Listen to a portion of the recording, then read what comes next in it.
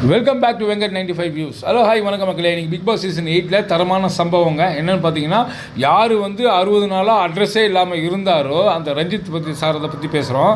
அவர் வந்து இன்றைக்கி ஒரு கேப்டன்சி டாஸ்கில் கேப்டனாகவே ஆகிட்டாருங்க. ஆமாம், அதை பற்றி பார்க்க போகிறோம். அதுக்கப்புறம் பார்த்தீங்கன்னா டம்மியாக ஒரு கேப்டனாக இப்போதைக்கு ரன் பண்ணிட்டு இருக்காரு இல்லையா, ஹவுஸ் மேட்ஸ் எல்லாம் ஜெஃப்ரி, அவரை பற்றி தான் பார்க்க போகிறோம். இந்த வீடியோக்குள்ளே போகிறதுக்கு முன்னாடி லைக் பண்ணுங்கள், ஷேர் பண்ணுங்கள், கமெண்ட் பண்ணுங்கள், சப்ஸ்கிரைப் பண்ணுங்கள். இப்போ நம்ம வீடியோக்குள்ளே போயிடுறோம். இதில் பார்த்தீங்கன்னா இந்த கேப்டன்சி டாஸ்க் நடக்குதுங்க. ஆல்ரெடி பார்த்தீங்கன்னா இந்த டிவில்ஸுக்கு வெர்சஸ் ஏஞ்சல் இவங்களுக்குள்ளே வந்து இது நடக்கும். பெஸ்ட்டு யார் ஒஸ்ட்டு யாருன்னு. ஒஸ்ட்டு தான் நம்ம ஆல்ரெடி சொல்லிட்டோம், சௌந்தர்யாவும் ஜாக்லினும். பெஸ்ட்டு பார்த்தீங்கன்னா ஒரு 4 பேர் வருவாங்க. அதில் யார் யார் பார்த்தீங்கன்னா ரஞ்சித், தீபக், அப்புறம் பவித்ரா, மஞ்சரி. ஸோ இந்த 4 பேர் தான் வந்து பெஸ்ட்டில் வருவாங்க. ஸோ இப்போ 4 பேருக்குள்ளே தான் அந்த போட்டி நடக்கும். இதில் வந்து ஒருத்தர் தான் வந்து கேப்டன் ஆக முடியும். ஸோ அது சூப்பர் டாஸ்க் வைப்பாங்க. 4 பேருமே சூப்பருங்க. 4 பேருமே சரியான காம்படிட்டர், ஒருத்தருக்கு ஒருத்தர் சளைச்சவங்க இல்லை. ஏன்னா தீபக்கோட வந்து என்ன சொல்கிறது, அவரோட கேம் பிளே பற்றி நம்ம எல்லாருக்குமே தெரியும். அவர் ரொம்ப டஃப்பானவர். ஸோ ஒவ்வொருத்தருக்குமே ஒவ்வொரு சப்போர்ட்டர்ஸ்ன்னு இருப்பாங்கல்ல, அதாவது ரொம்ப ஃப்ரெண்டாக இருப்பாங்க இல்லையா, உள்ள ரொம்ப க்ளோஸாக. அவங்க எல்லாருமே ஒவ்வொருத்தருக்கும் ஒவ்வொரு ஐடியா தந்து தான் அனுப்புகிறாங்க. 4 பேருமே வராங்க. இதில் பார்த்தீங்கன்னா மஞ்சரி செம டஃப். ஏன்னா மஞ்சரி வந்து போன வாட்டி வந்து பெஸ்ட்டு ஈவெண்ட்டில் வந்து அவள் தான் வந்திருப்பாங்க. ஸோ அவ்வளோ வந்து பவித்ராவை பற்றி உங்களுக்கு ஏற்கனவே தெரியும். ரஞ்சித் சார் விளையாடுவாரா அப்படின்னு தான் நினச்சிருந்தோம்.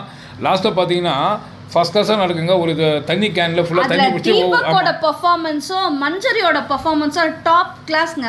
செம்மையாக இருந்தது 2 பேரோட. ஏன்னா இல்லைன்னா போர் அடிச்சிருக்கோம்.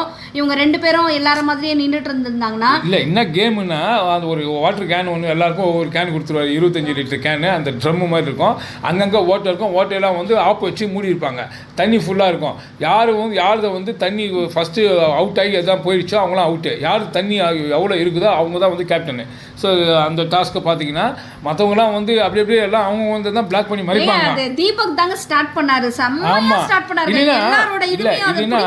எல்லாருமே அவங்கள ப்ரொடெக்ட் பண்ணி தான் இருப்பாங்க. ஆமா, ஏன்னா முத்து வந்து மஞ்சரிக்கு அப்படிதான் ஐடியா பண்ணாரு. நீ வந்து அஃபென்ஸா பண்ண வேணாம், டிஃபென்ஸ் மோட்லயே இரு நீ ஃபர்ஸ்ட் அப்படின்ற மாதிரி தான் அவர் சொன்னாரு. அதனால எல்லாருமே அப்படிதான் இருந்திருக்கணும்.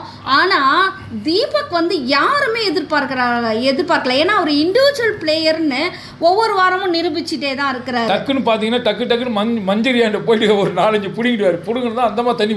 மஞ்சரி என்ன பண்ணுவாங்க, அவங்களும் சலைத்தவர்கள் இல்லை, அவங்க போயிட்டு வந்து தீபக் இதை பிடுங்குவாங்க. ஆமாம், தீபக் வந்து எல்லாரோட அதுக்கப்புறம் ரஞ்சித் சாரத்தையும் பிடிங்கிடுவாப்புல, நம்ம பவித்ராவையும் பிடிங்கிடுவாரு. ஆனால் ஒரு மாதிரி மாசா நடக்கும். ரொம்ப டெரராக இருந்தது.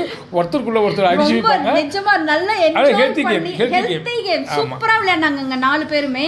அதுல தீபக் பாத்தீங்கன்னா நாக்க வச்சு எல்லாம் வந்து அந்த ஓட்டைய மூடுனதெல்லாம் ரொம்ப ஃபன்னா இருந்தது. அதே மாதிரி பவித்ரா வந்து ஃபுல்லா போய் கட்டி பிடிச்சின்னு அப்படியே வந்து கேனும் அதுவும் சேர்த்து விடுவாங்க. ஆமா, மஞ்சரி வந்து ரொம்ப கேஷுவலா அழகா பிடிச்சிட்டு இருந்தாங்க. அவங்க ஸ்ட்ரெயின் ஆகுற மாதிரியே இல்ல, ரொம்ப எஃபர்ட் எடுக்காம எஃபர்ட்லெஸ்ஸா. ஏன்னா அவங்களோட உடம்பால என்ன பண்ணிட்டாங்க, அந்த அந்த கேனோட ஓட்டையெல்லாம் மூடிட்டாங்க. 2 கையை வச்சுட்டு கட்டி பிடிச்ச மாதிரி நின்றுட்டாங்க. ஆமா, அவங்க விட்டிருக்க தேவையில்லை.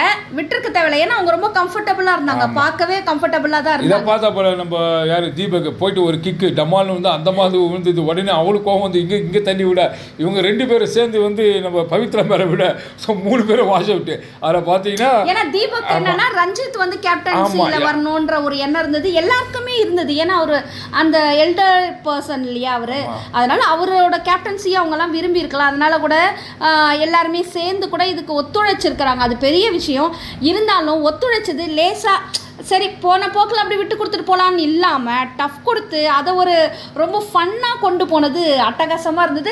எஃபர்ட் போட்டிருந்தாங்க. அதுவும் மஞ்சரி, அந்த பவித்ராவும் சரி, எல்லாருமே 3 பேரும் வாவ்னு இருந்தது அவரோட பிளே.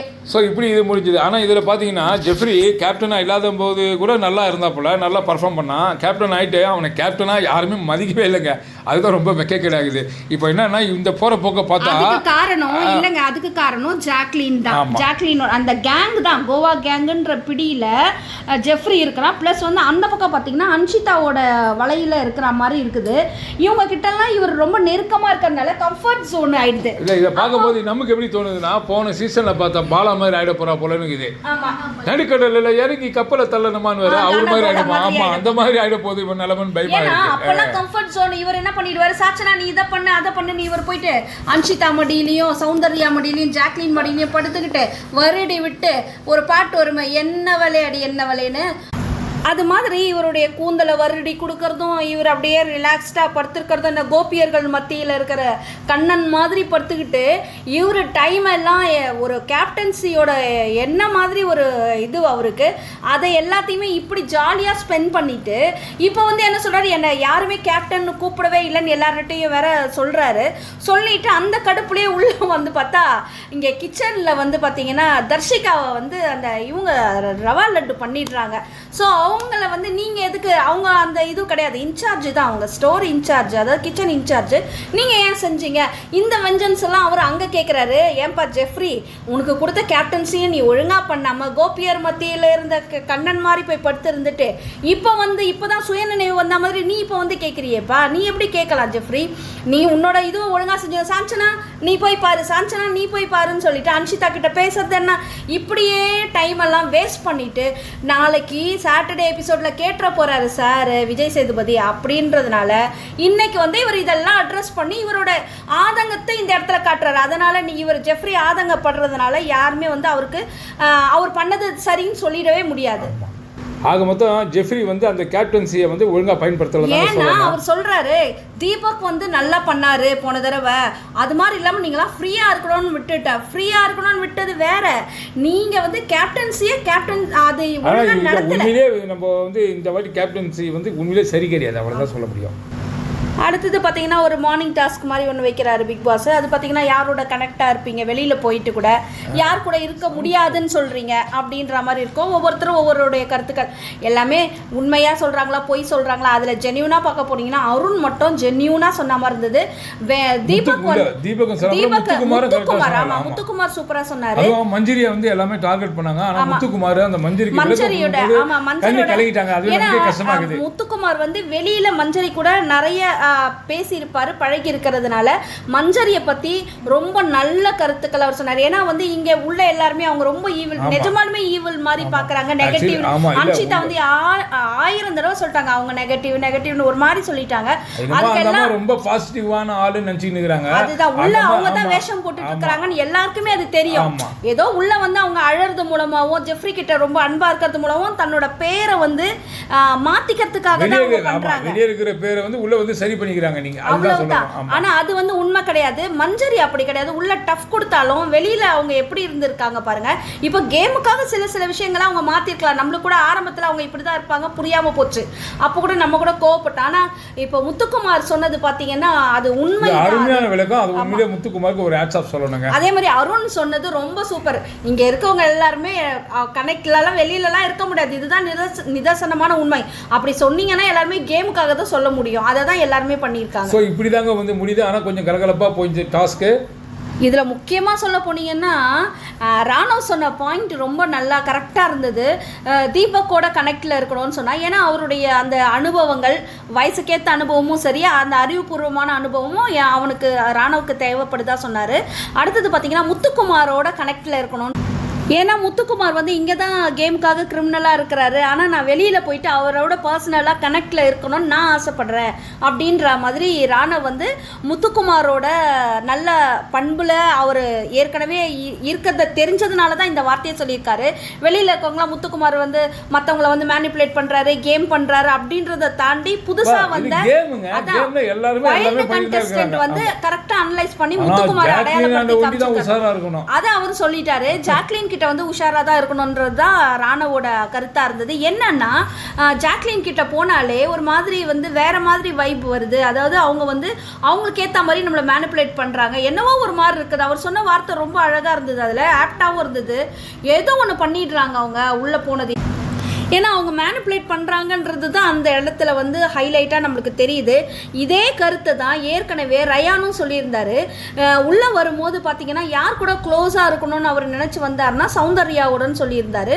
யார் கூட தூரமாக இருக்கணும், அவங்கள விட்டு தள்ளி இருக்கணும்னு நினச்சாருன்னா ஜாக்லின்னு சொன்னார். ஜாக்லின்னு நான் நினச்சேன், ஆனால் ஜாக்லின் கூட எப்படி தான் கனெக்ட் ஆனேன்னு எனக்கே தெரியல அவங்களோட, அது மாதிரி சொல்கிறாரு. அப்போ ஜாக்லின் வந்து எப்படி எல்லாரையும் வந்து மேனிப்புலேட் பண்ணி, அதாவது ஒரு மாதிரி அழுது ஒரு சிம்பத்தி கிரியேட் பண்ணி பக்கத்துலேயே வச்சுக்கிறாங்க. அதாவது இன்னொன்று சொல்லுவாங்கள்ல, உறவாடி கெடுக்கிறது தான் ஜாக்லினோட வேலையாக இருக்குது. எதிரியே பக்கத்துலேயே வச்சுக்கிறாங்க. அப்போ வந்து அவங்களுக்கு வசதியாக இருக்குது. இவங்களை வச்சுட்டு மற்றவங்களெல்லாம் வந்து அதாவது இவங்க பின்னாடி இருந்து இவங்கள முன்னாடி வச்சு இவங்க கேம் ஆடுறாங்க. இதுதான் ராணவ் வந்து அடையாளப்படுத்தி சொன்னார். சௌந்தர்யாவை சொன்னார், சௌந்தர்யா ரொம்ப ஹைப்பான ஒரு இது, இவங்க அவங்களோடலாம் இது பண்ண முடியாது, அவங்க ஒவ்வொரு நேரத்துக்கு ஒவ்வொரு இதுவாக இருக்கிறாங்க, அன்னியன் மாதிரி இது பண்ணுறாங்க, அதனால அவங்களோட என்னால் கனெக்ட் இருக்க முடியாதுன்னு சௌந்தர்யாவையும் ஜாக்லினையும் அழகாக அடையாளப்படுத்தி சொன்னார் ராணவ். ஸோ இப்படி ஒரு வழியாக நல்லா போச்சுங்க. இந்த அதாவது இன்றைக்கி நாள் வந்து கொஞ்சம் சிறப்பாக போச்சுன்னு சொல்லலாம். இந்த வீடியோ உங்களுக்கு கண்டிப்பாக பிடிச்சிருக்குன்னு நினைக்கிறேன். ஆமாம், இந்த வீடியோ கண்டிப்பாக பாருங்கள், முழுசாக பாருங்கள். ஏன்னா இதில் வந்து சௌந்தர்யாவுக்கு இவ்வளோ நாள் சப்போர்ட் பண்ணவங்க எல்லாமே போன இந்த வாரம் ஃபுல்லாகவே சௌந்தர்யா பண்ணுற ஆக்டிவிட்டியெல்லாம் பார்த்து கோபமாக பட்டுருந்தாங்க. ஏன்னா நல்லாவே இல்லை. இன்னைக்கு அவங்க அழகாக புரிஞ்சுக்கிட்டாங்க, யாரால நம்ம இப்படி வந்து வேற மாதிரி நம்மளுக்கு ஃப்ரேம் கிடைக்குது அப்படின்றத புரிஞ்சுக்கிட்டு ஜாக்லின் டீம்லேருந்து வெளியில வந்துட்டாங்க. இதுதான் உண்மை. காலையில இருந்து அவங்க கிட்ட போகவே இல்லை. இதை ரஞ்சித் சாருக்கு ரொம்ப நன்றி சொல்லணும். தீபக் எல்லாருமே வந்து சௌந்தர்யாக்கு நல்ல ஒரு அட்வைஸ் வந்து இன்டைரக்டாகவும் கொடுத்துருக்காங்க, டைரக்டாகவும் கொடுத்துருக்காங்க. ஸோ இப்படி ஒரு வழியாக சுவாரஸ்யமாக போச்சுங்க. இந்த வீடியோ உங்களுக்கு கண்டிப்பாக பிடிச்சிருக்கோம். பிடிச்சிருந்தா லைக் பண்ணுங்கள், கமெண்ட் பண்ணுங்கள், ஷேர் பண்ணுங்கள், சப்ஸ்கிரைப் பண்ணுங்கள். தேங்க்யூ.